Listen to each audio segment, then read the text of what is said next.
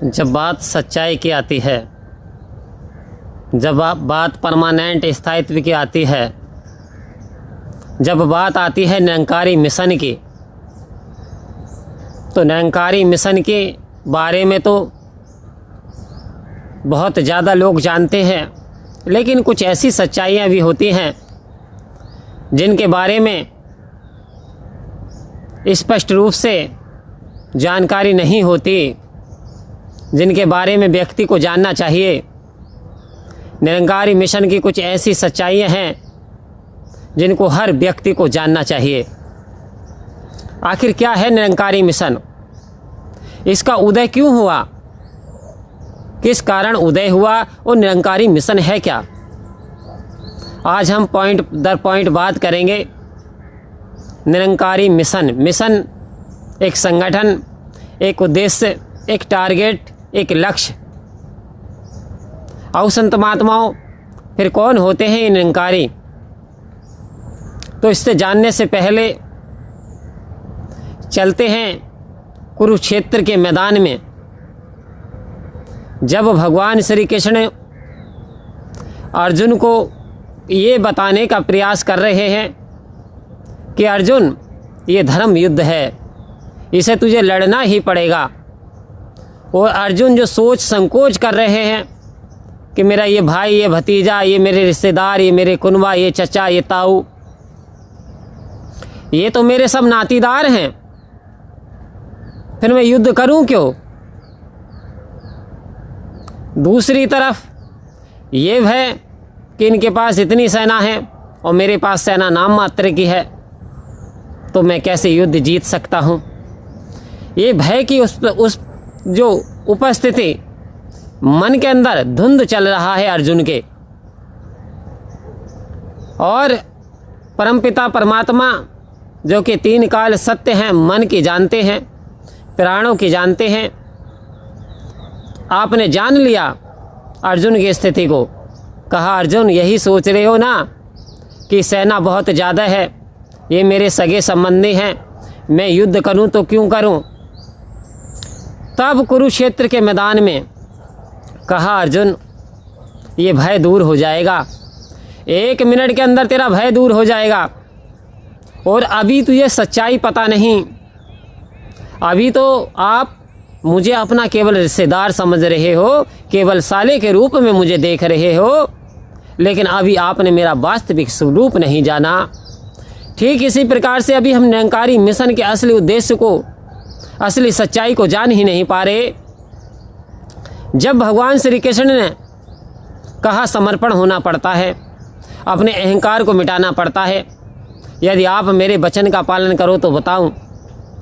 तब भगवान श्री कृष्ण ने कुरुक्षेत्र के मैदान में अपना विकराल स्वरूप के दर्शन, जिसे तत्व ज्ञान कहते हैं, जिसे सत्य का ज्ञान कहते हैं, जिसे ब्रह्म का ज्ञान कहते हैं, जिसे पाकर के सारे भय दूर हो जाते हैं।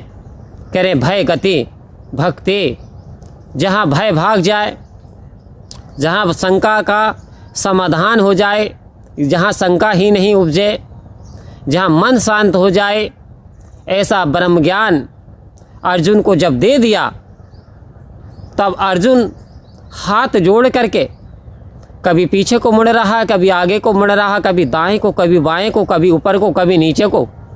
कह रहा तेरे दाएं को प्रणाम, तेरे बाएं को प्रणाम, तेरे ऊपर को प्रणाम, तेरे नीचे को प्रणाम, तेरी 10 दिशाओं में तुझको प्रणाम करता हूँ। कह रहे धन्य हो गई आत्मा। इस तत्व के, इस निरंकार के भगवान श्री कृष्ण कह रहे मेरा आकार इतना है कि not only one country but also whole world, सारे संसार में मैं व्याप्त हूँ, सारे जीव जंतु, सारे प्राणियों में, चर में, अचर में, जड़ में, चेतन में, हे अर्जुन मेरा ही रूप है। जब इस दिव्य ज्योति के ज्ञान अर्जुन को भगवान श्री कृष्ण के द्वारा हो गए, तो धन्य हो गया, भय दूर हो गया और लड़ने के लिए तत्पर तैयार हो गया। तो आज निरंकारी मिशन के ऊपर ये तो देखते हैं कि निरंकारी मिशन सभी को साथ लेकर के चलता है। ये तो ऊंच नहीं देख रहे, नीच नहीं देख रहे, ब्राह्मण नहीं देख रहे, वैश्य नहीं देख रहे, शूद्र नहीं देख रहे, क्षत्रिय नहीं देख रहे, या तो चारों वर्ण मिलकर के बैठ गए तो लोग उंगली भी उठाते हैं।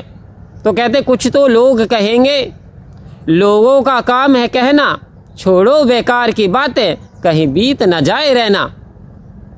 कह रहे ये जो सुनहरा समय, ये अवसर मिला है, आप यदि खुशहाल होगे तब भी लोग कुछ कहेंगे, आप यदि दुखी होगे तब भी लोग कुछ कहेंगे। लोगों का काम जो कहना है, लेकिन मनन ये करना है कि आखिर हर युग में परमात्मा का अवतरण हुआ है या नहीं। तो कहा जब जब बाड़े असुर अभिमानी, जब जब बाड़े असुर अभिमानी, जब जब धरे प्रभु मनुष्य शरीरा, और हरने संतों की पीड़ा।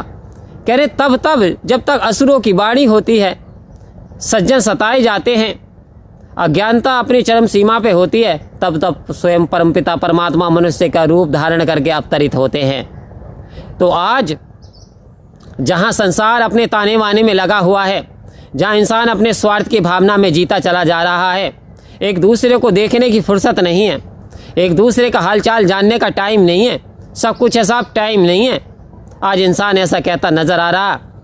तो एक तरफ संसार के ये हालात हैं कि तुम्हें औरों से कहाँ फुर्सत, हम अपने गम से कब खा ली, तुम्हें औरों से कहाँ फुर्सत, हम अपने गम से कब खा ली, चलो हो गया मिलना मिलाना, ना तुम खा ली ना हम खा ली।